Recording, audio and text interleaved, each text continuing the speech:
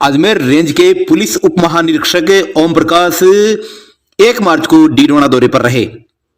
दोपहर 12 बजे पहुंचने के साथ ही उन्होंने सबसे पहले डीडोना सीओ धर्म पूनिया के कार्यालय का निरीक्षण किया।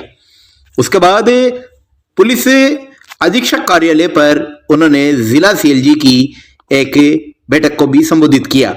इस बैठक में हाजी सलीम खान पठान, सुरेश वर्मा, डॉक्टर गजादान चारण, एडवोकेट अजीत सिंह राठौड़ सहित बड़ी संख्या में शहर के गणमान्य नागरिक शामिल हुए। बैठक के बाद आईजी ओम प्रकाश ने मीडिया के सवालों के भी जवाब दिए। आइए आपको बताते हैं आईजी ओम प्रकाश ने क्या कहा। सबसे पहले तो आवाज गुप्ता से मैं आपका हार्दिक अभिनंदन, स्वागत। आज की आपकी जो विजिट रही है, काफी उत्साह और ऊर्जा का संसार लोगों में आपकी वार्तालाप के दौरान देखा गया है। बहुत सारे आंकड़े आपने प्रस्तुत कर दिए। क्राइम में लगातार जो आपकी रेंज है वो पिछड़ती जा रही है, ये एक बड़ा हर्ष का विषय है। तो नेक्स्ट टाइम में जो पुलिसिंग है वो किस तरीके की रहेगी कि क्राइम पर कंट्रोल के साथ साथ में इसका जो पिछड़ापन है ये लगातार जारी रहे? बेसिकली तो इसमें ये है कि बीएनएस और पुराने में जो आईपीसी भारतीय दंड आईपीसी जो क्राइम है उसमें काफी संख्या में करीब लगभग 13-14% का डिक्लाइन हुआ है। और मेरी मेन प्राथमिकता रहती है महिला अत्याचार और दलित उत्पीड़न। तो महिला अत्याचारों में भी रेंज में करीब 14-15% की कमी है। और सुखद स्थिति है कि वो कमी डीडवाना में सबसे अधिक कम अपराध महिला अपराधों के हुए हैं। न केवल महिला अपराध, SC ST और आईपीसी क्राइम्स में भी यहाँ पे डिक्लाइन हुआ है। विशेष रूप से जो मैंने इंस्पेक्शन किया सीओ ऑफिस का, तो प्रॉपर्टी ऑफेंस में चालानी प्रतिशत, रिकवरी परसेंटेज बहुत अच्छा है। और कोई लूट या डकैती या कोई बड़ी जो ऐसी तरह की गैंग हो या बड़ा केस हो, मर्डर हो, ऐसा कोई पेंडिंग केस व्रत डीडवाना में मैंने नहीं देखा जो खुला नहीं है। तो इसको बरकरार रखा जाएगा। बरकरार रखने का एक ही तरीका है कि पहले तो किसी तरह का अपराध हो ही नहीं, तो उसके लिए तो आप जागरूकता की जरूरत है।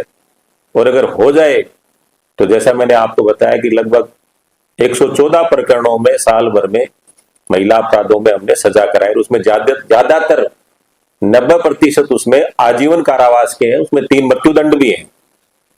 तो समाज में अगर ये भय रहेगा कि महिला अपराधों में अगर कोई छोटी बच्चियों के साथ कोई दुष्कर्म के प्रकरण आते हैं तो वो उस अपराधी के लिए सिर्फ मौत है, फांसी का फंदा है, ये अगर भय अपराधी में रहेगा तो निश्चित रूप से महिला अपराधों में छोटी बच्चियों के साथ जो ये घटनाएं हुई उनमें और अधिक कमी आएगी।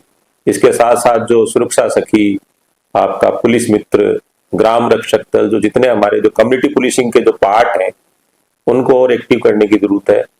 हमारा जो संवाद हुआ था 15,000 लोगों से अधिक, जो पूरी रेंज के सभी एसपी, सभी थानाधिकारी, सभी चौकी, सभी जुड़े हुए थे। तो लोगों से इंटरेक्शन करने से, बातचीत करने से बहुत सारी चीजें निकल कर आती है। आप लोगों के माध्यम से मैं यही कहना चाहूंगा कि अगर कोई छुटपुट घटना अगर होती है तो होते ही तत्काल उसकी सूचना, कोई छेड़छाड़ से अगर घटना शुरू होती है या किसी के प्रति होती है तो वो तत्काल सूचना, चाहे वो छेड़छाड़ का मामला हो, चाहे अपराध का मामला हो, चाहे साइबर फ्रॉड का मामला हो, कोई आदमी आपको ट्रैक कर रहा है या आपको थ्रेट करता है, डिजिटल अरेस्ट की धमकी देता है, वो सूचनाएं अगर तत्काल आ जाती हैं तो पुलिस उसमें बेहतर कार्रवाई कर सकती है और उस अपराधी को पकड़ के और उसको स्पीडी ट्रायल करा के सजा दिलवा सकती है। साइबर अपराधी जो पढ़े लिखे लोग वही शिकार होते हैं जिसके पास पैसा है। जो बिल्कुल ही जिसके पास खाने के लिए अन्न ही नहीं है वो तो साइबर फ्रॉड वाला भी करके करेगा क्या। आपने देखा सीनियर सिटीजन इसमें ज्यादातर टारगेट हो रहे हैं, जो पेंशन में जिसको आई है या उनको भावुक करके कि तुम्हारा बच्चा वहां नौकरी करा, हम उसको फंसा लिया, उसको पकड़ लिया है। जो धनाढ़ लोग हैं वो ज्यादा टारगेट इसमें हुए। तो इसमें यूथ को तो हम करते हैं टारगेट, हम स्कूलों में, कॉलेजों में जाके हम अवेयरनेस करते हैं। जो बुजुर्ग लोग हैं उनको शाम को पार्कों में, किसी धार्मिक स्थल पे जहां भी वो मिलते तो वहां उनको अवेयर करने की, उनको अलर्ट करने की आवश्यकता, जो हम सतत रूप से कर रहे हैं। मूलतः समस्या तो किसी भी कस्बे में जाओ, आपका सबसे प्रथम समस्या तो यातायात की रहती है और सभी जगह रहती है।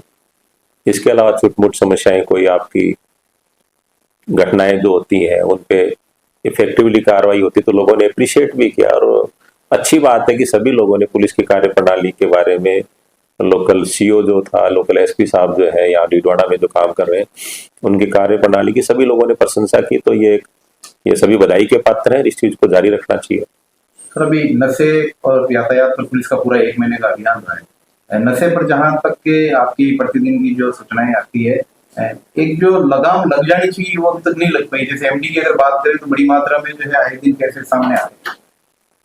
इतनी सख्त कार्रवाई के बाद भी ये रुक क्यों नहीं रहा है? ये देखो, ये एक अकेला पुलिस के अलावा दूसरी जो एजेंसीज है, नारकोटिक्स कंट्रोल ब्यूरो है, आपका CNN है, बाकी सभी एजेंसीज, हम सबका ये है कि नशे की जो आपकी जो प्रवृत्ति है, जो कंजप्शन है, उसको हम कंप्लीटली उसको फिनिश करें।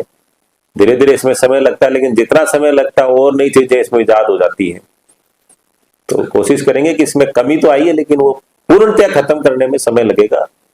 इसमें आप लोगों के भी सहयोग की जरूरत है, आमजन को भी सहयोग की जरूरत है। कि मैंने आज बताया ना कि कहाँ पे कौन सप्लाई कर रहा है, किस मोहल्ले में कौन बच्चा ड्रग ले रहा है, या कौन उसका सप्लायर कौन है, वो किसी से छुपा हुआ नहीं है। आपको लगता है कि छोटे लेवल पे कोई मिली भगत है, तो उसका थाने लेवल से ऊपर बहुत सारे लेवल है, सीओ लेवल है, additional SP, SP level, IG, हमसे भी ऊपर बहुत सारे लेवल। आप लोग मीडिया भी प्रकाशित करते हो, तो हम उन खबरों पे भी हम संज्ञान लेते हैं कि इस तरह के, अगर इस तरह की प्रचलन कहीं किसी सेक्टर में बढ़ा है तो। अब आपने देखा होगा हाल ही में एसपी साहब डीडवाना ने, या आप सोच सकते हो कि इतनी बड़ी संख्या में अफीम की खेती मतलब खेतों में करना, ये पहला प्रथम वो है जो इन्होंने, पर इसकी भी सूचना किसी पब्लिक मैन ने नहीं दी। वो पुलिस का जो खुद का सूचना तंत्र था, उसी से ही उसको डेवलप करके कार्रवाई की। वरना तो आपके पड़ोस में खेत में अगर कोई अफीम की खेती कर रहा है तो निश्चित रूप से पड़ोस वाले को पता नहीं होता है क्या, पर बताते नहीं। अब वो कितने लोगों को बर्बाद करेगा, वो अंदाजा लगा सकते हो आप। सर, एक साइबर से जुड़ा हुआ सवाल है मेरा कि साइबर अपराध करने वाले लोग जो IIT पास आउट होते हैं, उनको ट्रेस करने के लिए राजस्थान पुलिस का जो साइबर सेल है, उसमें जो तकनीकी सहायक या जो तकनीकी रूप से जो लोग लगे हुए हैं, क्या वो इतने स्ट्रॉन्ग है कि उस स्तर पर जाकर के? ऐसा इसमें आपको लगता है कि तकनीकी रूप से IITian है? ज्यादातर साइबर फ्रॉड करने वाले अनपढ़ लोग हैं।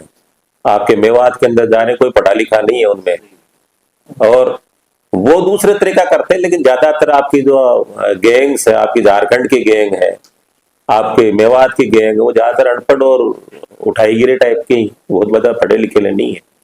पर इसमें लेकिन यस, हमारी जो टेक्निकल जो टीम है बड़ी उसमें ट्रेंड है और सक्षम है, और साइबर अपराध को कंट्रोल करने में भी राज्य का जो नंबर है वो अब ऊपर की श्रेणी में आता है, टॉप 5 में है कंट्रोल करने में। निरीक्षण में अच्छा रहा, उनका काम अच्छा था, सर्किल का काम अच्छा था, सीओ साहब मेहनती हैं, अच्छा काम कर रहे हैं, होनहार है। इनको और ज्यादा क्राइम के पॉइंट पे कन्विक्शन रेट बढ़ाने की और ज्यादा आवश्यकता है।